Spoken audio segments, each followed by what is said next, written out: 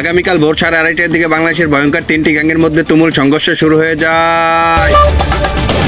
সেই সংঘর্ষে জড়িয়ে পড়েন বর্তমান এফএফবিপিএল জয়ী স্টহেড সহ আরও দুটি গ্যাংয়ের সদস্যরা। সেখানে দেখা যায় এসএস গ্যাংয়ের সদস্যরা বেশি একটা উত্তেজিত না হয়ে তারা সুযোগ সন্ধানে থাকে।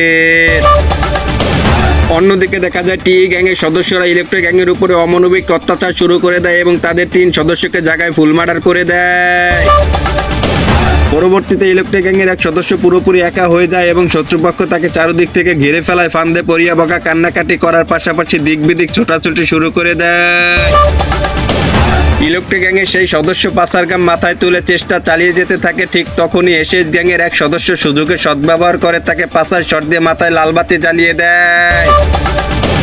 পরবর্তীতে এসএস গ্যাংয়ের সামনে টিই গ্যাংয়ের সদস্যরা জীবিত থাকে এবং তাদেরকে মারার জন্য এসএস গ্যাংয়ের সদস্যরা বিভিন্ন কলাকৌশল ব্যবহার করা শুরু করে।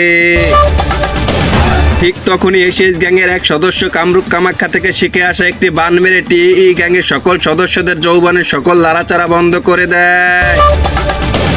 গোপন সূত্রের ভিত্তিতে জানা যায় টিই গ্যাংয়ের সদস্যদের যৌবনের লাড়াচাড়া বন্ধ করে দেওয়ায় তারা অনেকটা দুর্বল হয়ে পড়ে। সেই সুযোগে এসএস গ্যাংয়ের সদস্যরা তাদের উদুম কেরানি দিয়ে চাঁদের দেশে পাঠিয়ে দেয়।